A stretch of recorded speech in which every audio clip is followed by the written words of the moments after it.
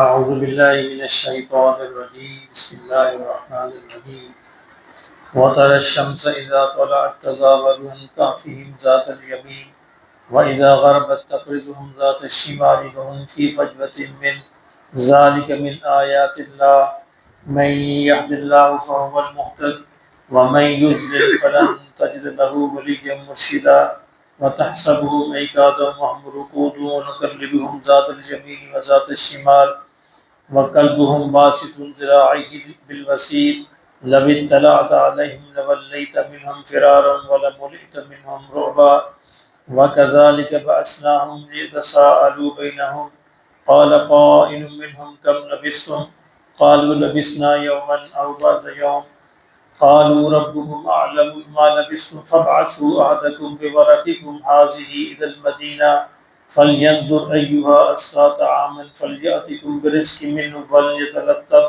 ولا يشعرن بكم أحدا إنهم إن يظهروا عليكم يرجموكم أو يعيدوكم في ملتهم ولن تفلحوا إذا أبدا وكذلك أرسلنا عليهم ليعلموا أن وعد الله حق وأن الساعة لا ريب فيها إذ يتنازعون بينهم أمرهم فقالوا ابنوا عليهم بنيانا ربهم أعلم بهم قال الذين غلبوا على أمرهم لنتخذن عليهم مسجدا صدق اللہ العظیم۔ کل ہم نے اصحاب کہف کی بات شروع ہوئی تھی کہ یہ نیک لوگوں کا توحید پرست نوجوانوں کا ایک گروہ تھا جو ایک ایسی بستی کے اندر پھنس گئے تھے کہ جو سارے کے سارے مشرک اور بت پرست تھے۔ نہ صرف مشرک اور بت پرست تھے بلکہ توحید کے ماننے والوں پر ظلم و ستم بھی کرتے تھے۔ تو یہ اپنی جان بچا کر اللہ نے ان کے دل میں بات کو ڈالا کہ ایک غار میں جا کر پناہ انہوں نے لے لی۔ اب غار کے اندر اللہ نے کیا معاملات ان کے ساتھ کیے اور اللہ کی قدرت کا اظہار کس طرح ہوا تو وہ آج بیان ہوتا ہے۔ فرمایا وَتَرَى الشَّمْسَ، آپ کو کل معلوم ہوگا وہ غار میں جا کر لیٹے اور ان کو نیند آ گئی اور وہ سو گئے۔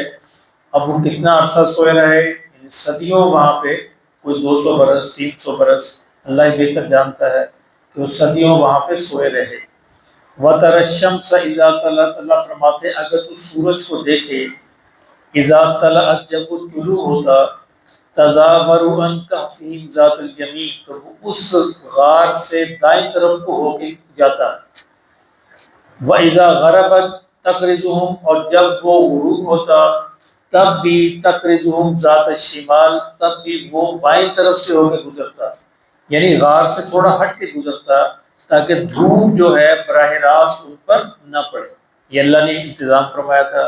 سورج کو بھی حکم دیا تھا کہ روشنی ہوا تو آتی رہے لیکن دھوپ براہ راست ان کے جسموں پر نہ پڑے تاکہ گرمی نہ ہو جائے۔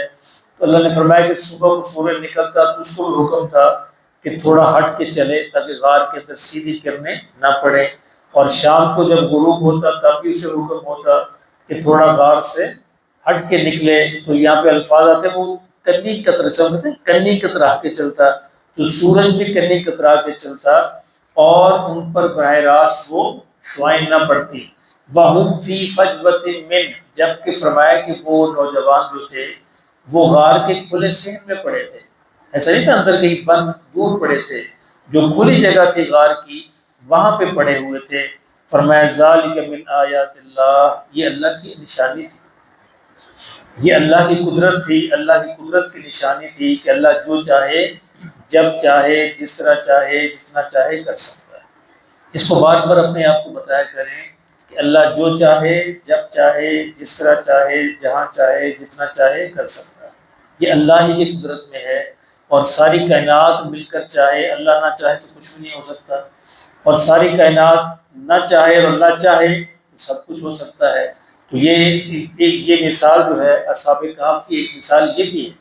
کل میں نے جیسا عرض کیا تھا کہ اصحاب کہف کا سب سے بڑا پیغام تو یہ ہے کہ اگر اپنا دین بچانے کے لیے غاروں کے اندر بھی پناہ لینی پڑے تو دین کو بچا دو، دین سب سے زیادہ قیمتی ہے۔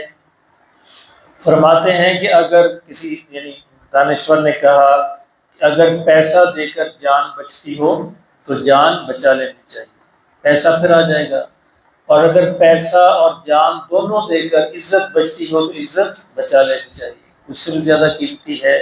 اور اگر پیسہ بھی، جان بھی، عزت بھی، سب کچھ لٹا کے دین بچانا ہو تو بچا لینا چاہیے، ایمان بچا لینا چاہیے، کیونکہ ایمان نے ساتھ جانا ہے، باقی چیزیں یہی رہ جانی ہے. تو یہی کرتے ہوئے اسی مقصد کے لیے یہ نوجوان جو تھے غار کے اندر جا کر گئے تھے، تو اللہ نے وہاں پہ نیند جو ہے وہ طاری کر دی، اور 200 برس، 300 برس، 309 برس بھی آتا ہے کہ وہ وہاں پہ غار کے اندر سوئے رہے. فرمایا کہ ذالک من آیات اللہ، یہ اللہ کی نشانی تھی. من یہد اللہ فہو المہتد، فرمایا کہ جس کو اللہ ہدایت دے اصل میں تو وہی ہدایت یافتہ ہوتا ہے. یعنی اللہ جس کو اپنے قانون کے مطابق ہدایت نصیب فرماتا ہے وہی ہدایت یافتہ ہوتا ہے. قانون کیا ہے کہ جو ہدایت چاہے اللہ اس کو ہدایت نصیب فرماتا ہے. وَمَن يُضْلِلْ، اور جو گمراہی چاہے تو پھر اللہ اس کو گمراہ کر دیتا ہے. یعنی جو گمراہ ہونا چاہتا ہے اپنے کرتوتوں کی وجہ سے، جو یہ ثابت کر دیتا ہے کہ مجھے ہدایت کی ضرورت نہیں اور میں نے ہدایت پہ نہیں چلنا، تو پھر فرمایا اللہ اس کو گمراہ ہونے دیتا ہے. فَلَن تَجِدَ لَهُ وَلِيًّا مُرْشِدًا، ایسی صورت میں فرمایا کہ تم اس کا کوئی مددگار اور راہ دکھانے والا نہیں پاؤ گے. وَتَحْسَبُهُمْ أَيْقَاظًا وَهُمْ رُقُودٌ، اور پھر فرمایا اگر تم ان کو دیکھتے، یعنی ان غار والوں جو سوئے ہوئے تھے، تو تم یہ گمان کرتے ایقاظ کو وہ جاگے ہوئے ہیں، یعنی دور سے دیکھنے والے کو سوئے ہوئے نظر نہیں آتے تھے. وَهُمْ رُقُودٌ، میں جب کہ وہ سو رہے تھے، یعنی اللہ نے ان کو اس طرح لٹایا تھا کہ دور سے کوئی دیکھے تو لگتے تھے کہ وہ جاگ رہے ہیں، سوئے ہوئے نہیں، ویسے آنکھیں بند ہیں، سوئے ہوئے نہیں ہیں. وَنُقَلِّبُهُمْ ذَاتَ الْيَمِينِ وَذَاتَ الشِّمَالِ، فرمایا کہ ہم ان کی کروٹیں بھی بدلتے تھے، کبھی دائیں کبھی بائیں. اللہ اکبر، اللہ جو چاہے کر سکتا ہے. ہم ان کی کروٹیں بھی بدلتے تھے. اچھا یہ مشاہدہ ہم بھی روز کرتے ہیں، رات کو کرتے ہیں نا، یعنی نیند کے اندر آپ کروٹ لیتے ہیں اور آپ کو پتہ نہیں ہوتا. کون کرتا ہے؟ اللہ کرتا ہے. یعنی اللہ انسان کی کروٹ بدلتا ہے. اللہ اکبر. تو یہ فرمایا دور دیکھنے کی ضرورت نہیں، اللہ کو پہچاننے کے لیے کہیں دور جانے کی ضرورت نہیں. ہماری ذات کے اندر، ہمارے ارد گرد، ہمارے گھر میں، باہر، ہر جگہ اللہ کی نشانیاں موجود ہیں، اور انسان اگر پہچاننا چاہے اس کے لیے کوئی بڑی مشکل نہیں ہوتی. تو اسی طرح اللہ ہمیں بھی لٹاتے ہیں. فرمایا ہم ان کی کروٹ بدلتے تھے، کبھی دائیں اور کبھی بائیں. وَكَلْبُهُمْ، اور ان کا ایک کتا بھی تھا، وہ کتا بھی ان کے ساتھ ہی آ گیا تھا. باسط ذراعیہ بالوسیل، وہ غار کے منہ پر، غار کے دروازے پر اپنے دونوں بازو آگے پھیلائے ہوئے بیٹھا ہوا تھا. یعنی وہ دروازے پر، جو غار کی جو دہلیز تھی اس پر بیٹھا ہوا تھا. اس طرح بیٹھا ہوا تھا کہ دور سے دیکھنے والے کو یہ اندازہ ہوتا تھا کہ ابھی ہم پر لپٹ پڑے گا، یعنی وہ تیار ہے بالکل جمپ لگانے کے لیے. تو اللہ نے ان کی یہ روک ڈال دیا تھا لوگوں پر، اور وہ محسوس ہوتا تھا، حالانکہ وہ بھی سویا ہوا تھا، کتا بھی سویا ہوا تھا، تو لیکن اللہ نے اس کو بٹھایا اس طرح تھا کہ دور سے دیکھنے والا سمجھتا تھا کہ بڑا چوکس ہے اور یہ پہرا دے رہا ہے، اگر ہم قریب گئے تو یہ ہم پر حملہ کر دے گا. فرمایا یہ بھی ہم نے انتظام کیا تھا. لَوِ اطَّلَعْتَ عَلَيْهِمْ، فرمایا اگر تم ان کی طرف جھانکتے، یعنی باہر سے آنے والا کوئی جھانک کے غار میں دیکھتا، لَوَلَّيْتَ مِنْهُمْ فِرَارًا، تو وہ ان کے روب کی وجہ سے فوراً پیچھے بھاگتا. یعنی کتے کا روب بھی اللہ نے ایسا بنایا تھا، اور لیٹے ہوئے ان کا انداز بھی ایسا تھا جیسے جاگ رہے ہوں. تو فرمایا تم دیکھ نہیں سکتے تھے، اللہ نے انتظام فرمایا تھا، دیکھ جھانکنے کی کوشش کرتے تو فوراً پیچھے مڑ جاتے. وَلَمُلِئْتَ مِنْهُمْ رُعْبًا، اور ان کے دل جو ہے روب سے بھر جاتے. یعنی جو بھی وہاں پہ جانے کی کوشش کرتا اللہ نے انتظام فرمایا تھا، اندر وہ جا ہی نہیں سکتا تھا، دور سے دیکھ کر ہی ان کے دل جو ہے روب سے بھر جاتے اور وہ پیچھے بھاگ جاتے. وَكَذَلِكَ بَعَثْنَاهُمْ، فرمایا جس طرح ہم نے ان کو سلایا تھا، وَكَذَلِكَ بَعَثْنَاهُمْ، اس طرح ہم نے ان کو اٹھا بھی دیے. یعنی جب اللہ نے چاہا 200 300 سال کے بعد بھی اللہ نے ان کو دوبارہ سے اٹھا دیا. اسی طرح جب ہم قبروں سے اٹھیں گے قیامت میں، برزخ کے بعد اٹھنا ہے نا کہ نہیں؟ اٹھیں گے انشاءاللہ. تو یہ عالم برزخ میں جانا، مرنے کے بعد انسان کہاں جاتا ہے؟ عالم برزخ. سب سے پہلا عالم کون سا ہے؟ عالم ارواح، جہاں اللہ نے روحوں کو رکھا، ساری روحوں کو بنایا، اور جو روحیں آ چکی اور جنہوں نے آنا ہے وہ ساری کی ساری وہاں پہ موجود ہیں. اس کے بعد ہے عالم دنیا، جہاں پہ اب ہم موجود ہیں، یہ ہمارا دوسرا اسٹیشن ہے، اور تیسرا ہے عالم برزخ، قبر، قبر کہہ لیں، عالم برزخ کہہ لیں۔ وہاں پہ ہم نے کتنا رہنا ہے اللہ بہتر جانتا ہے، سینکڑوں سال ہے، ہزاروں ہیں، لاکھوں ہیں، کروڑوں، اللہ جانتا ہے۔ لیکن جب وہاں سے اٹھیں گے، قرآن کہتا ہے جب وہاں سے ان کو اللہ جگائے گا نیند سے، تو کس نے ہمیں نیند سے جگا دیا؟ تھوڑی دیر ہوئی، اللہ ہو گئی، اندازہ کریں، یعنی لاکھوں کروڑوں سال بھی تھوڑے محسوس ہوں گے، اور انسان کہے گا کس نے مجھے نیند سے جگا دیا؟ اس طرح انہوں نے کہا، فرمایا کہ اللہ نے ہم کو، جب اللہ نے فرمایا اسی طرح ان کو دوبارہ اٹھا دیا، لیتساءلوا بینہم، تاکہ وہ آپس میں ایک دوسرے سے سوال کریں، پوچھیں۔ قال قائل منہم، ان میں سے ایک نے کہا، پوچھا دوسرے سے، کم لبثتم، ہم یہاں کتنا عرصہ ٹھہرے، کتنا عرصہ ہوا ہمیں سوئے ہوئے؟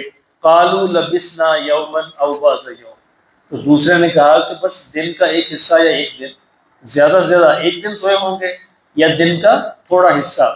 قالوا، وہ دوسروں نے کہا، قالوا ربکم اعلم بما لبثتم، بھائی چھوڑو اس بحث کو، یہ ہمارا رب بھی جانتا ہے کہ ہم یہاں کتنا عرصہ ٹھہرے، کتنا عرصہ سوئے، چھوڑو ہمیں نہیں اس کا اندازہ۔ یعنی کسی نے کچھ کہا، کسی نے کچھ کہا، تو کسی نے کہا کہ بھائی اس بات کو چھوڑو، اللہ ہی بہتر جانتا ہے۔ فَابْعَثُوا أَحَدَكُمْ، ان کا یہ اس بات کو چھوڑو، اب ان کو بھوک محسوس ہوئی، یہ بھی اللہ کی نشانی تھی، تو انہوں نے کہا، آپس میں کہا، فَابْعَثُوا أَحَدَكُمْ، کہ اس ہم میں سے اپنے ایک بندے کو بھیجو، بِوَرَقِكُمْ هَٰذِهِ إِلَى الْمَدِينَةِ، یہ پیسے دے کر وہ شہر کی طرف جائے، پیسے لے جائے، شہر کی طرف جائے۔ فَلْيَنظُرْ أَيُّهَا أَزْكَىٰ طَعَامًا، اور وہ تلاش کرے کہ کہاں سے پاکیزہ کھانا ملتا ہے۔ جو بت پرست لوگ تھے نا، تو حلال حرام کا خیال نہیں تھا، کہ اب یہ توحید پرست تھے، ان کو حلال کھانا چاہیے تھا۔ ایک بندے کو اپنے میں سے پیسے دیے کہ جاؤ شہر کی طرف جاؤ اور جا کے تلاش کرو کہ اچھا کھانا کہاں سے ملتا ہے، تو وہ تلاش کر کے، اب ان کو تو نہیں پتا کہ ماحول بدل چکا ہے، وہ تو اپنے اسی اندازے کے اندر ہے کہ ہم یہ بت پرستوں کی چھوڑ کے آئے تھے، بت پرست لوگ ہیں، پاکیزہ کھانا لے کر آئے۔ وَلْيَتَلَطَّفْ، اور میں چپکے سے جائے، شور نہ کرے، آرام سے جائے تاکہ کوئی پہچان نہ لے۔ وَلَا يُشْعِرَنَّ بِكُمْ أَحَدًا، تاکہ تم میں سے کسی کو کوئی جان نہ لے، پہچان نہ لے۔ انہم ان یظہروا علیکم، فرمایا اگر ہماری حقیقت ان پر ظاہر ہو گئی، یرجموکم، تو وہ ہمیں سنسار کر دیں گے۔ اس سے اندازہ ہوتا ہے کتنی شدت تھی، یعنی کتنا ٹارچر تھا اس معاشرے میں توحید پرستوں پر، اسی لیے بیچارے بھاگنے پر مجبور ہوئے تھے کہ اگر ان کو پتہ چل گیا کہ ہم یہاں پر زندہ موجود ہیں اور وہ ہمارا پیچھا کریں گے، یرجموکم، ہمیں سنسار کر دیں گے، او یعیدوکم فی ملتہم، اور یا زبردستی ہمیں اپنے دین میں واپس لوٹائیں گے، کہیں گے ہمارا دین قبول کرو۔ وَلَن تُفْلِحُوا إِذًا أَبَدًا، اور اگر ایسا ہو گیا تو پھر تو ہم فلاح نہیں پائیں گے، کامیاب نہیں ہوں گے۔ اس لیے اس کو سمجھایا کہ تم آہستہ آہستہ جان۔ اچھا ہوا کیا کہ وہ بندہ پیسے لے کے چلا گیا، پیسے لے کے کسی ہوٹل کو جو پسند آیا کھانا لینے کے لیے، اس کے پاس پہنچا کہ بھائی کھانا دے دو، اس نے کھانا دیا، اس نے پیسے دیے، اب اس نے پیسے دیکھا ہوں یہ کیا دے رہے، اب وہ حیران، اب پریشان، پیسے دے رہا ہوں بھائی، اس کا نہیں، یہ کہاں کے پیسے، یہ تو یہ پیسے نہیں ہیں، یہاں تو نہیں چلتے، یہ کہاں سے لے کے آئے ہو؟ اب وہ بندہ دکاندار بھی پریشان ہو گیا، اس نے کہا کہ مجھے لگتا ہے کہ تمہارے گھر میں نا کوئی دبا ہوا خزانہ ہے، یہ تو ہزار سینکڑوں برس پہلے کے سکے ہیں، لگتا تم وہاں سے ڈھونڈ کے لائے۔ اب ان دونوں کے درمیان جھگڑا ہوا تھوڑا سا، اس نے کہا نہیں اصلی پیسے ہیں، اس لیے کہ اس نے کہا نہیں یہ تو پیسے ہیں ہی نہیں، یہ تو ہمارے ہاں نہیں چلتے، یہ کسی پرانے زمانے کے ہیں، لگتا ہے تم نے زمین سے کہیں سے کھول کے یہ پیسے نکالے ہیں۔ اب بات بڑھتے بڑھتے بات بڑھ گئی اور دکاندار نے پولیس والے کو بلا دیا، جناب یہ بندہ عجیب سا ہمارے یہاں آیا ہے، اتنے پرانے سکے 200 300 سال پہلے کے وہ لے کے پھرتا ہے، کہتا پیسے دو۔ پولیس والے آ گئے، اس کو کہا کہ یہ کیا معاملہ ہے، کہاں سے لے کے آئے ہو، کہاں سے تم نے یہ خزانہ نکالا ہے، تم چور ہو، تم ڈاکو ہو، کیا ہو؟ اب وہ اس نے اب پھر اس کو معاملہ بتانا پڑا، اس نے کہا نہیں ایسا نہیں ہے، میں فلاں بادشاہ کے، اب تو یاد تھا ہم فلاں بادشاہ کے زمانے میں ہم اسی شہر میں رہتے تھے، اور یہ فلاں بادشاہ کے زمانے کے یہ سکے ہیں، تو اس زمانے میں ہم کو مجبور کر دیا گیا یہاں سے بھاگنے پر، کیونکہ ہم توحید کے ماننے والے تھے۔ اچھا ہوا یہ تھا کہ اب وہ سارا شہر توحید پرست تھا، سیدنا عیسیٰ علیہ السلام کی تعلیمات پہ عمل کر رہا تھا، سارے مسیحی تھے۔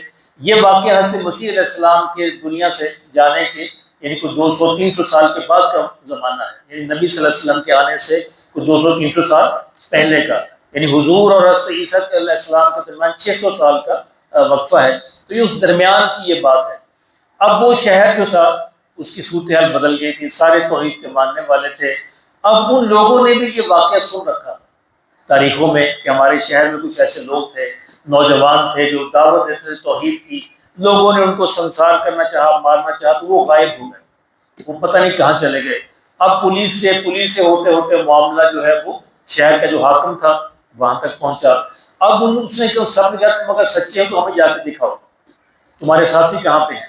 اس نے کہا ٹھیک ہے چلو میرے ساتھ چلو، تو وہ ان کو لے کر غار پر چلا گیا، اور جو بادشاہ وقت جو وہاں اسی شہر کے اندر تھا وہ بھی وہاں پہ پہنچا، دیکھا واقعی سارے موجود ہیں۔ اب وہ کتنے ہیں یہ بھی اللہ نے بتایا، 6 ہیں، 7 ہیں، 3 ہیں، 4 ہیں، یہ بھی آگے آئے گا، یہ بھی اللہ نے اس بات کی وضاحت نہیں فرمائی۔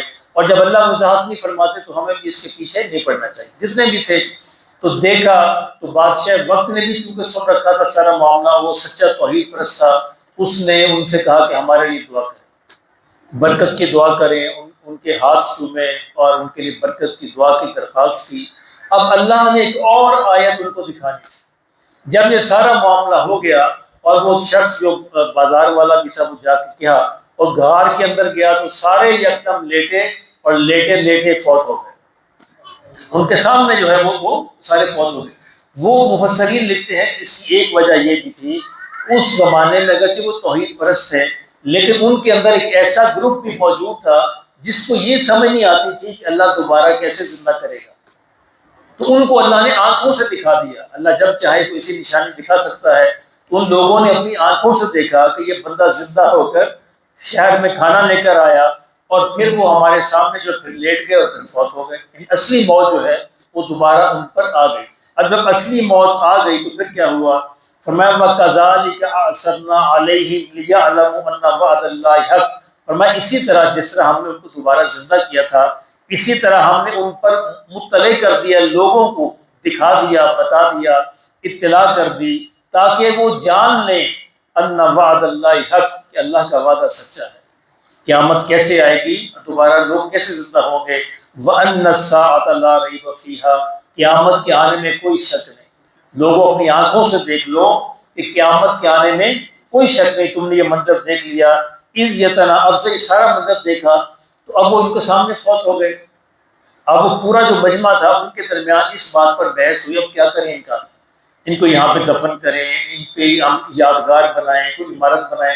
لوگوں نے کہا کہ اچھا یہ تو اللہ کی حفاظت میں ہے، ہم یہاں پہ ان کے نام لکھ کے لگا دیتے ہیں اور ان کے لیے ایک یادگار بنا دیتے ہیں، ایک مکان بنا دیتے ہیں، عمارت بنا دیتے ہیں، تاکہ لوگوں کو پتہ چلے کہ یہاں پہ یہ لوگ تھے۔ اب اس میں بحث ہوئی کہ عمارت بنائیں، اب لیکن جو غالب جو زیادہ اکثریت لوگوں نے کہا کہ نہیں، مسجد بنا دیں، مسجد بنا دیں ان کے نام کی، تاکہ لوگ آیا کریں، نماز پڑھا کریں، دعا بھی کریں۔ اِذْ يَتَنَازَعُونَ بَيْنَهُمْ، اللہ فرماتے ہیں اِذْ يَتَنَازَعُونَ بَيْنَهُمْ أَمْرَهُمْ، ان کے درمیان تنازع ہوا اس بات پر کہ یہاں پر کیا بنائیں۔ فَقَالُوا ابْنُوا عَلَيْهِ بُنْيَانًا، تو کچھ نے کہا یہاں پر ایک عمارت بنا دو ان کی یادگار کے طور پر۔ رَبُّهُمْ أَعْلَمُ بِهِمْ، اللہ فرماتے ہیں کہ اللہ ہی بہتر جانتا ہے کہ انہوں نے وہ کیا جانتے تھے، کیا بنانا چاہتے تھے۔ قَالَ الَّذِينَ غَلَبُوا عَلَىٰ أَمْرِهِمْ، لیکن فرمایا کہ جن کا غلبہ تھا، جو اکثریت والے تھے، لوگ تھے ان کے اندر جو لوگ تھے، لَنَتَّخِذَنَّ عَلَيْهِمْ مَسْجِدًا، انہوں نے کہا کہ یہاں پہ مسجد بنا دو، تو وہاں پہ مسجد بنا دی۔ اچھا یہ علاقہ ہے کون سا؟ اس کے بارے میں کچھ لوگ کہتے ہیں ترکی میں ہے، کچھ لوگ کہتے ہیں عمان میں ہے، کچھ لوگ کہتے ہیں اندلس اسپین کے اندر ہے، اور کچھ لوگ یہ یورپ کا کوئی اور علاقہ بتاتے ہیں، تو اللہ ہی بہتر جانتا ہے یہ کہاں پر۔ اور کچھ فلسطین میں کہتے ہیں، فلسطین، شام، ترکی، عمان اور اسی طرح۔ اچھا غاریں اس طرح کی ہر جگہ موجود ہیں، غاریں اس طرح کی ہر جگہ، عمان کے اندر بھی ہے، ترکی کے اندر بھی ہے، اور اندلس ہسپانیہ کے اندر بھی ہے، اور جگہ بھی موجود ہے۔ اب ان میں سے کون سی غار والے، یہ غار والے جس کو قرآن نے بیان کیا، اللہ ہی بہتر جانتا ہے۔ اصل مقصد یہ تحقیق کرنا نہیں کہ کون تھے، کتنے تھے، کہاں تھے، اصل مقصد سبق حاصل کرنا۔ وہ سبق کیا ہے؟ اپنے ایمان کی حفاظت کرنا ہر قیمت پر۔ اللہ ہمیں بھی نصیب فرمائے۔